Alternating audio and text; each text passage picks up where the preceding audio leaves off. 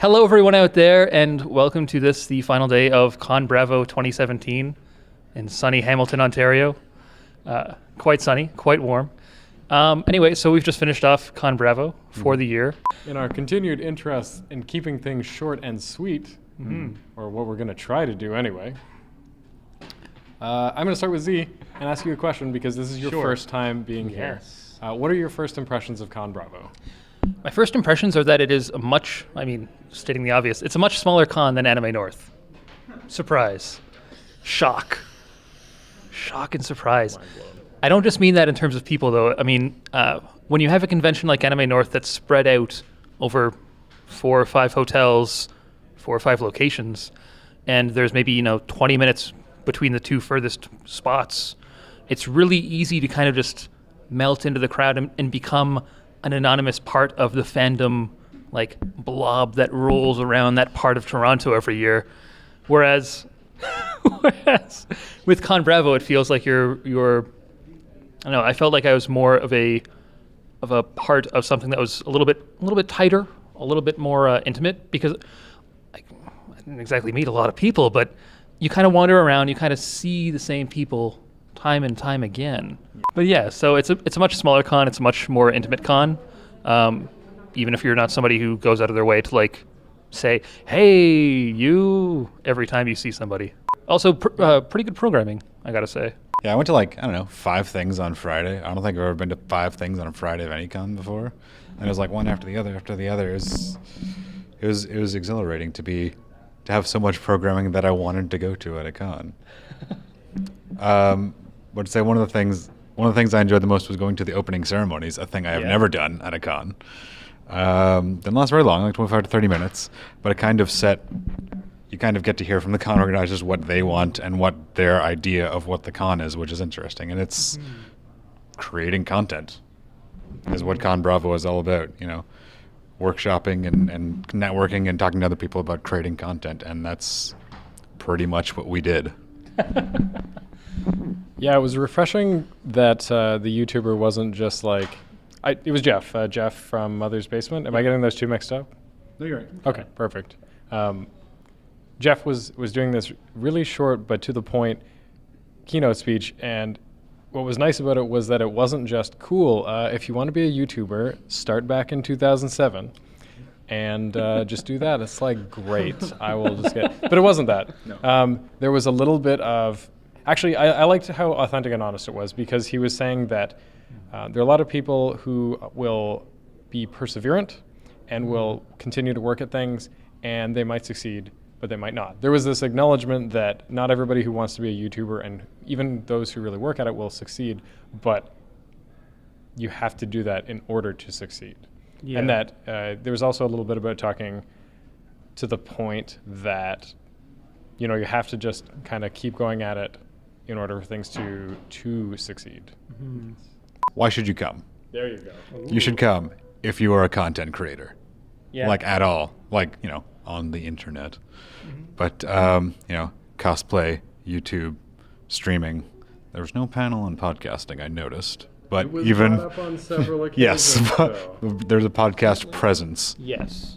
Apparently there was another podcast who was going to do... Actually, there were 2 podcasts that did live episodes. There was one in one of the evenings. Yeah, that's not us. Okay, one in one of the evenings, and another one that seemed to not have gotten a room this morning. Oh. Yeah. Oh. Yeah. So there's definitely a podcast presence here. It's just not as big as the YouTube stuff, which I guess kind of reflects how it is out there. Because YouTube's in your face. Podcasts in your ears. It's not as impactful. Well, not so much to the why, but just related to that. When we went to Video Production 103, there was like a track of things on video production. One of the things that they mentioned about how to promote your stuff is on Facebook, for example, you can have a video and have like the caption down here. And I'd seen those on Facebook, and I'm like, that's kind of dumb. But it makes sense, because on Facebook, you may be at work and you're like just scrolling through and you don't actually want to hear what's going on. Yeah. And it's really hard to follow along when or when you're on Imgur and they're GIFs, so they definitely don't have sound. Yeah. So the caption's really helpful. And similarly, like, you can't do that with a podcast. A podcast is entirely audio. So I can see why that would be less of a thing, and especially talking about the personal bit, it's hard to do that when you can't see the person, which was another hugely emphasized part about the Twitch and YouTube panels. Why else should you come to ConBravo? Because there are a lot of really impressive costumes. Yes. There's a lot of interesting content creators to meet up with, to network with. And it's a good time. We did Fandom Feud on Friday, and we also did the pub quiz on Friday, where we happened to beat certain other famous YouTube people. Yeah, famous comic book commentators and critics. Critics of nostalgia, you might say. Anyway, Like, They're marginally better at esoteric trivia than those people.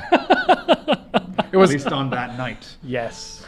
but it was a lot of fun, and there are events going on like that in case you're like, you know what, I just want to have a good time. I don't have to be a content creator. And the other thing was, you don't have to be like a top tier YouTuber or anything like that. You just need to be somebody who's interested in making things, whether it be cosplay, props, doing anything on YouTube or even like bloggers or things like that. Just if you make content, it's a good spot to be. I don't know if you were there things you wanted to add to the YZ.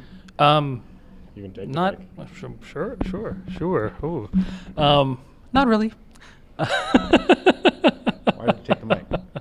I mean, the only thing I would add is that even if your goal as a content creator isn't to make money, isn't to replace your day job, you should still come, because like you were saying, there's a lot of networking going on, a lot of panels and that sort of thing, events that would help you do it better potentially, or give you the confidence to start doing it, which is really important. I mean, the obvious follow-up question to that is, why not go to ConBravo? If you don't like millennials, don't come to ConBravo. That word actually came up. It came up. It's true. We're everywhere. If you can't stand avocado toast, stay away. I know a lot of the content creators are millennials. That's what people of our generation want to do. Yeah. If at least not make a living, make a hobby, or just make connections with people. I can't think of another reason why you wouldn't. I got one. Oh, go for it. If you're into self-publishing or anything to do with books, you can come, but you're not going to have a lot to do. I mean, there was one panel about publishing in particular today on the last day, and then there was one panel last night about going pro, which both of which, like the latter of which applied a little bit, former of which applied quite a bit, and it was really interesting talking about fandom, and publishing, and all that stuff. But like self-publishers seem to be the one sort of category of content creators that don't really have a lot to do here, unless they do a podcast or do YouTube on top of what they do with their words. You guys have your own con. You go to Astra. That's true. Whatever. That's true. Fun Contario. Yeah. SF Contario. That's what it is, Yeah. Contario. Yeah. CanCon, all those. Yeah. Yeah, that was actually mentioned by one of the panelists last night. So that was at least noted.